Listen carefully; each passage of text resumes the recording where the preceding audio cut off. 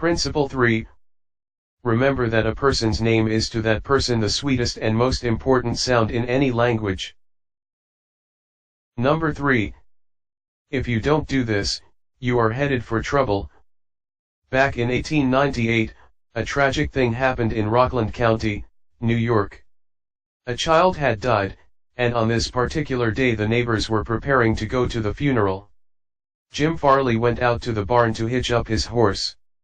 The ground was covered with snow, the air was cold and snappy, the horse hadn't been exercised for days, and as he was led out to the watering trough, he wheeled playfully, kicked both his heels high in the air, and killed Jim Farley.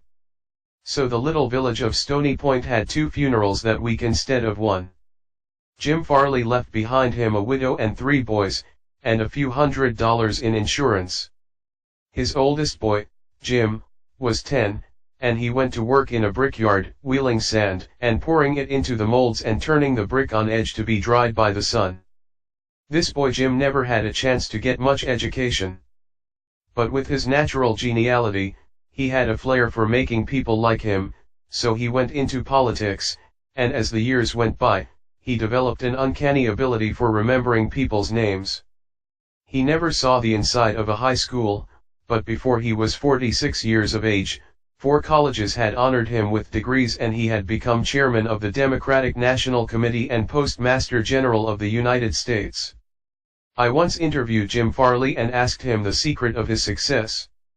He said, "Hard work," and I said, "Don't be funny." He then asked me what I thought was the reason for his success. I replied, "I understand you can call 10,000 people by their first names." "No. You are wrong," he said. "I can call 50,000 people by their first names. Make no mistake about it." That ability helped Mr. Farley put Franklin D. Roosevelt in the White House when he managed Roosevelt's campaign in 1932. During the years that Jim Farley traveled as a salesman for a gypsum concern, and during the years that he held office as town clerk in Stony Point, he built up a system for remembering names. In the beginning, it was a very simple one. Whenever he met a new acquaintance, he found out his or her complete name and some facts about his or her family, business, and political opinions. He fixed all these facts well in mind as part of the picture, and the next time he met that person, even if it was a year later, he was able to shake hands, inquire after the family, and ask about the hollyhocks in the backyard. No wonder he developed a following. For months before Roosevelt's campaign for president began, Jim Farley wrote hundreds of letters a day to people all over the western and northwestern states. Then he hopped onto a train and in 19 days covered 20 states and 12,000 miles, traveling by buggy, train, automobile, and boat. He would drop into town, meet his people at lunch or breakfast, tea, or dinner, and give them a heart-to-heart talk.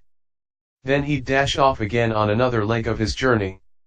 As soon as he arrived back east, he wrote to one person in each town he had visited, asking for a list of all the guests to whom he had talked. The final list contained thousands and thousands of names, yet each person on that list was paid the subtle flattery of getting a personal letter from James Farley. These letters began Dear Bill or Dear Jane, and they were always signed Jim. Jim Farley discovered early in life that the average person is more interested in his or her own name than in all the other names on earth put together. Remember that name and call it easily, and you have paid a subtle and very effective compliment. But forget it or misspell it, and you have placed yourself at a sharp disadvantage. For example, I once organized a public speaking course in Paris and sent form letters to all the American residents in the city. French typists with apparently little knowledge of English filled in the names and naturally they made blunders. One man, the manager of a large American bank in Paris, wrote me a scathing rebuke because his name had been misspelled. Sometimes it is difficult to remember a name, particularly if it is hard to pronounce. Rather than even try to learn it, many people ignore it or call the person by an easy nickname. Sid Levy called on a customer for some time whose name was Nicodemus Papadoulos. Most people just called him Nick. Levy told us, I made a special effort to say his name over several times to myself before I made my call. When I greeted him by his full name, "Good afternoon, Mr. Nicodemus Papadoulos," he was shocked. For what seemed like several minutes there was no reply from him at all. Finally, he said with tears rolling down his cheeks, "Mr. Levy, in all the 15 years I have been in this country, nobody has ever made the effort to call me by my right name." What was the reason for Andrew Carnegie's success? He was called the Steel King, yet he himself knew little about the manufacture of steel. He had hundreds of people working for him who knew far more about steel than he did. But he knew how to handle people, and that is what made him rich. Early in life, he showed a flair for organization, a genius for leadership. By the time he was 10, he too had discovered the astounding importance people place on their own name. And he used that discovery to win cooperation. To illustrate, when he was a boy back in Scotland, he got hold of a rabbit, a mother rabbit. Presto! He soon had a whole nest of little rabbits, and nothing to feed them. But he had a brilliant idea. He told the boys and girls in the neighborhood that if they would go out and pull enough clover and dandelions to feed the rabbits, he would name the bunnies in their honor. The plan worked like magic, and Carnegie never forgot it. Years later, he made millions by using the same psychology in business. For example, he wanted to sell steel rails to the Pennsylvania Railroad.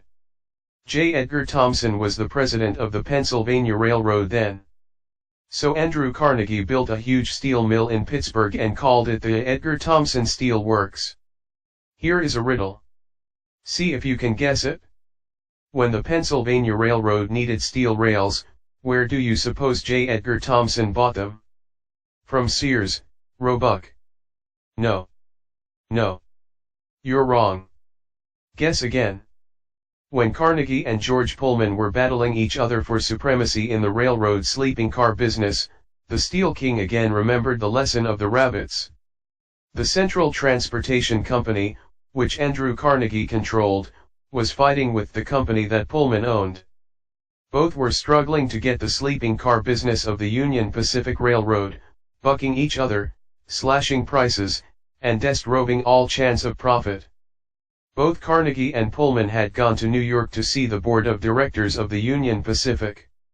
Meeting one evening in the St. Nicholas Hotel, Carnegie said, "Good evening, Mr. Pullman, aren't we making a couple of fools of ourselves?"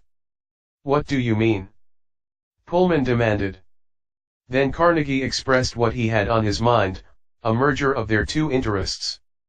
He pictured in glowing terms the mutual advantages of working with, instead of against, each other. Pullman listened attentively, but he was not wholly convinced. Finally he asked, "What would you call the new company?" and Carnegie replied promptly, "Why, the Pullman Palace Car Company, of course." Pullman's face brightened. "Come into my room," he said. "Let's talk it over." That talk made industrial history. This policy of remembering and honoring the names of his friends and business associates was one of the secrets of Andrew Carnegie's leadership. He was proud of the fact that he could call many of his factory workers by their first names, and he boasted that while he was personally in charge, no strike ever disturbed his flaming steel mills. Benton Love, chairman of Texas Commerce Bank Shares, believes that the bigger a corporation gets, the colder it becomes. "One way to warm it up," he said, "is to remember people's names. The executive who tells me he can't remember names is at the same time telling me he can't remember a significant part of his business and is operating on quicksand." Karen Kiersek of Rancho Palos Verdes, California, a flight attendant for TWA, made it a practice to learn the names of as many passengers in her cabin as possible and use the name when serving them. This resulted in many compliments on her service expressed both to her directly and to the airline. One passenger wrote, "I haven't flown TWA for some time, but I'm going to start flying nothing but TWA from now on. You make me feel that your airline has become a very personalized airline, and that is important to me. People are so proud of their names that they strive to perpetuate them at any cost." Even blustering, hard-boiled old P.T. Barnum, the greatest showman of his time, disappointed because he had no sons to carry on his name, offered his grandson, C.H. Seeley, $25,000 if he would call himself Barnum Seeley. For many centuries, nobles and magnates supported artists, musicians and authors so that their creative works would be dedicated to them. Libraries and museums owe their richest collections to people who cannot bear to think that their names might perish from the memory of the race. The New York Public Library has its Astor and Lenox collections. The Metropolitan Museum perpetuates the names of Benjamin Altman and J.P. Morgan. And nearly every church is beautified by stained glass windows commemorating the names of their donors. Many of the buildings on the campus of most universities bear the names of donors who contributed large sums of money for this honor. Most people don't remember names, for the simple reason that they don't take the time and energy necessary to concentrate and repeat and fix names indelibly in their minds. They make excuses for themselves, they are too busy. But they were probably no busier than Franklin D. Roosevelt, and he took time to remember and recall even the names of mechanics with whom he came into contact. To illustrate, the Chrysler organization built a special car for Mr. Roosevelt, who could not use a standard car because his legs were paralyzed. W.F. Chamberlain and a mechanic delivered it to the White House. I have in front of me a letter from Mr. Chamberlain relating his experiences. I taught President Roosevelt how to handle a car with a lot of unusual gadgets, but he taught me a lot about the fine art of handling people. When I called at the White House, Mr. Chamberlain writes, the president was extremely pleasant and cheerful. He called me by name, made me feel very comfortable, and particularly impressed me with the fact that he was vitally interested in things I had to show him and tell him. The car was so designed that it could be operated entirely by hand. A crowd gathered around to look at the car, and he remarked, I think it is marvelous. All you have to do is to touch a button and it moves away and you can drive it without effort. I think it is grand, I don't know what makes it go. I'd love to have the time to tear it down and see how it works. When Roosevelt's friends and associates admired the machine, he said in their presence, M.R. Chamberlain, I certainly appreciate all the time and effort you have spent in developing this car. It is a mighty fine job. He admired the radiator, the special rear vision mirror and clock, the special spotlight, the kind of upholstery, the sitting position of the driver's seat, the special suitcases in the trunk with his monogram on each suitcase. In other words, he took notice of every detail to which he knew I had given considerable thought. He made a point of bringing these various pieces of equipment to the attention of Mrs. Roosevelt, Miss Perkins, the Secretary of Labor, and his secretary. He even brought the old White House porter into the picture by saying, George, you want to take particularly good care of the suitcases. When the driving lesson was finished, the president turned to me and said, well, Mr. Chamberlain, I have been keeping the Federal Reserve Board waiting 30 minutes. I guess I had better get back to work. I took a mechanic with me to the White House. He was introduced to Roosevelt when he arrived. He didn't talk to the president, and Roosevelt heard his name only once. He was a shy chap, and he kept in the background. But before leaving us, the president looked for the mechanic, shook his hand, called him by name, and thanked him for coming to Washington. And there was nothing perfunctory about his thanks. He meant what he said. I could feel that. A few days after returning to New York, I got an autographed photograph of President Roosevelt and a little note of thanks again expressing his appreciation for my assistance. How he found time to do it is a mystery to me. Franklin D. Roosevelt knew that one of the simplest, most obvious, and most important ways of gaining goodwill was by remembering names and making people feel important, yet how many of us do it? Half the time we are introduced to a stranger, we chat a few minutes and can't even remember his or her name by the time we say goodbye.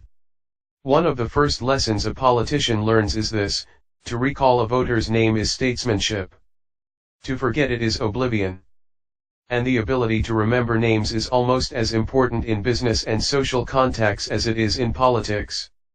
Napoleon III, Emperor of France and nephew of the great Napoleon, boasted that in spite of all his royal duties he could remember the name of every person he met. His technique? Simple. If he didn't hear the name distinctly, he said, "So sorry. I didn't get the name clearly." Then, if it was an unusual name, he would say, "How is it spelled?" During the conversation, he took the trouble to repeat the name several times, and tried to associate it in his mind with the person's features, expression, and general appearance. If the person was someone of importance, Napoleon went to even further pains. As soon as His Royal Highness was alone, he wrote the name down on a piece of paper, looked at it, concentrated on it, fixed it securely in his mind, and then tore up the paper. In this way, he gained an eye impression of the name as well as an ear impression. All this takes time, but good manners, said Emerson, are made up of petty sacrifices. The importance of remembering and using names is not just the prerogative of kings and corporate executives. It works for all of us. Ken Nottingham, an employee of General Motors in Indiana, usually had lunch at the company cafeteria. He noticed that the woman who worked behind the counter always had a scowl on her face. She had been making sandwiches for about 2 hours and I was just another sandwich to her. I told her what I wanted. She weighed out the ham on a little scale, then she gave me 1 leaf of lettuce, a few potato chips and handed them to me. The next day I went through the same line. Same woman, same scowl. The only difference was I noticed her name tag. I smiled and said, "Hello, Eunice," and then told her what I wanted. Well, she forgot the scale, piled on the ham, gave me 3 leaves of lettuce and heaped on the potato chips until they fell off the plate. We should be aware of the magic contained in a name and realize that this single item is wholly and completely owned by the person with whom we are dealing and nobody else. The name sets the individual apart, it makes him or her unique among all others. The information we are imparting or the request we are making takes on a special importance when we approach the situation with the name of the individual. From the waitress to the senior executive, the name will work magic as we deal with others. Principle 3. Remember that a person's name is to that person the sweetest and most important sound in any language.